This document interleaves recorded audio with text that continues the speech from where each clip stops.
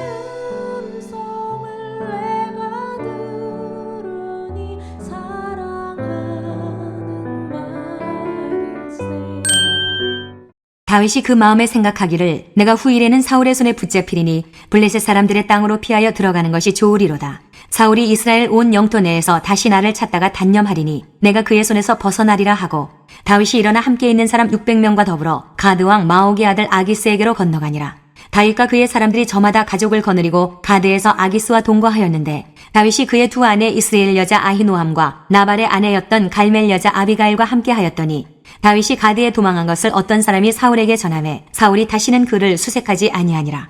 다윗이 아기스에게 이르되, 바라건대 내가 당신께 은혜를 입었다면 지방 성읍 가운데 한 곳을 내게 주어 내가 살게 하소서. 당신의 종이 어찌 당신과 함께 왕도에 살리까 하니, 아기스가 그날에 시글락을 그에게 주었으므로 시글락이 오늘까지 유다 왕에게 속하니라.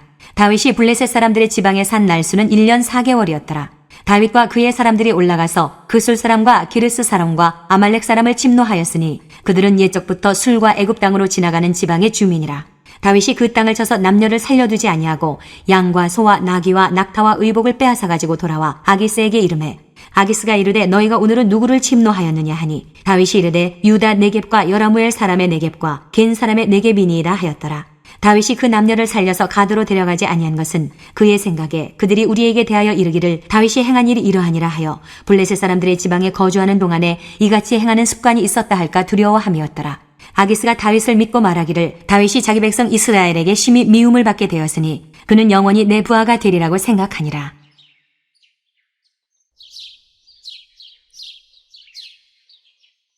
안녕하세요. 키티나는 목사 안상렬입니다. 오늘도 주님 은혜 안에서 좋은 하루입니다. 오늘은 사무엘상 27장 1절에서 12절을 통해서 적과의 동침이라는 제목으로 은혜를 나누겠습니다. 사울왕의 진정성을 믿을 수 없었던 다윗은 또다시 사울왕을 피해 블레셋 가드 아기스 왕에게 몸을 의탁합니다. 이른바 적과의 동침이죠. 적과의 동침은 원래 1991년에 개봉한 영화인데, 폭력적인 남편에게 억압되었던 여인이 새 삶을 찾아가는 스릴러 영화입니다. 당시 최고의 여배우였던 줄리아 로버츠가 나와서 주목을 받았는데, 우리나라에선 국민 학생들에게 동침이란 단어를 널리 알렸다는 웃지 못할 이야기가 있습니다. 원치 않게 이스라엘의 대적인 블레셋 가드 왕 아기스에게 의탁하였던 다윗. 가드 왕 아기스는 예전과는 다르게 다윗을 선대합니다. 왜냐하면 다윗은 예전처럼 외로운 도망자가 아니라 무려 600명의 군사를 이끄는 장군인데다가 자신의 대적인 이스라엘 왕 사울의 대적이었기 때문입니다. 적의 적은 나의 친구라고 했던가요?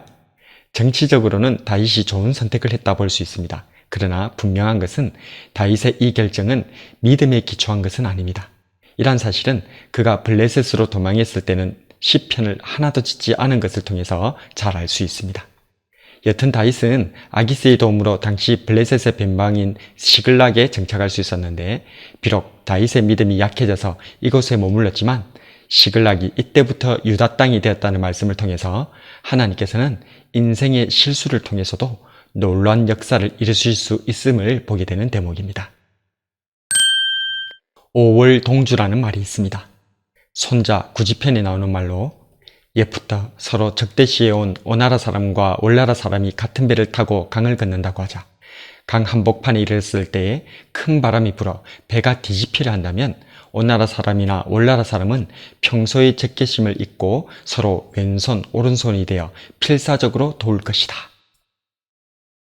이와 같이 다윗과 가드왕 아기스가 같은 배를 탔습니다.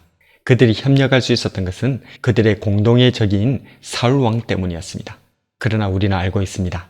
이스라엘의 왕으로 기름 부음 받은 다윗은 필연적으로 블레셋의 가드왕 아기스와 친구가 될 수 없다는 사실을, 지금 당장은 사울왕 때문에 적과의 동침을 하고 있어도 아기스와 동행하면 할수록 하나님과는 멀어질 수밖에 없음을 말입니다. 우리도 때로는 일부 교회의 지도자들 때문에, 몇몇 교회의 일탈 행동 때문에 눈물을 머금고 교회를 등지거나 교회의 반대 세력을 지지할 때도 있는 것 같습니다. 물론 이를 통해서도 하나님께서는 놀라운 일들을 이루실 수도 있으시지만, 적과의 동침은 내 영혼을 갉아먹는 일임을 기억해야 할 것입니다. 이를 경험했던 다윗은 고백합니다. 시편 1편 1절에서 복 있는 사람은 악인들의 꾀를 따르지 아니하며 죄인들의 길에 서지 아니하며 오만한 자들의 자리에 앉지 아니하고, 악인과 죄인과 오만한 자들과 동행하지 않는 것이 복 있는 사람의 첫 번째 비결이라 말하고 있습니다. 오늘 우리는 다윗이 가드왕 아기스에게 의탁하는 적과의 동침을 묵상해 보았습니다.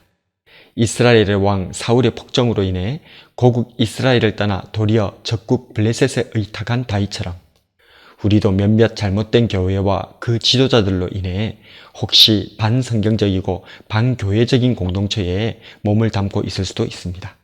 그러나 다윗이 블레셋 안에서 단 한 편의 시편도 고백할 수 없었듯이 내 영혼도 그러할 수 있음을 돌아보고 적과의 동침이 아니라 오직 여호와의 율법을 즐거워하여 그의 율법을 주야로 묵상하는 복 있는 사람으로 살아가는 저와 여러분이 되길 주님의 이름으로 축복합니다. 오늘의 묵상과 기도. 첫 번째로, 나는 혹시 교회와 지도자들에게 실망하여 적과의 동침을 하지는 않았는가?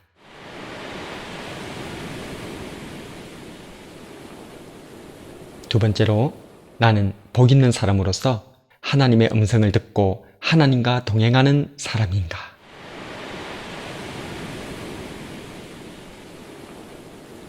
말씀을 놓고 기도하겠습니다. 주님, 오늘은 다윗이 가드왕 아기스와 적과의 동침을 하게 된 것을 묵상하였습니다. 악한 왕 사울 때문에 아기스에게 몸을 의탁할 수밖에 없었던 다윗. 그 몸은 편안할지 모르겠지만 그 영혼은 조금씩 갉아먹히는 삶이었습니다. 우리도 때로는 교회와 지도자들에 의해 상처를 받아 교회와 하나님을 등졌을 때도 있었습니다. 그러나 시편 1편의 다윗의 고백처럼 속히 그 자리에서 나오는 것이 복 있는 사람이요, 그럼에도 불구하고 하나님의 음성을 듣고 동행하는 것이 복 있는 사람인 줄로 믿습니다. 복 있는 사람은 악인의 꾀를 따르지 아니하며 죄인들의 길에 서지 아니하며 오만한 자들의 자리에 앉지 아니하고 오직 여호와의 율법을 즐거워하여 그의 율법을 주야로 묵상하는 자로다. 그는 시냇가에 심은 나무가 철을 따라 열매를 맺으며 그 잎사귀가 마르지 아니함 같으니 그가 하는 모든 일이 다 형통하리로다. 악인들은 그렇지 아니하며 오직 바람에 나는 겨와 같도다. 그러므로 악인들은 심판을 견디지 못하며 죄인들이 의인들의 모임에 들지 못하리로다. 무릇 의인들의 길은 여호와께서 인정하시나 악인들의 길은 망하리로다.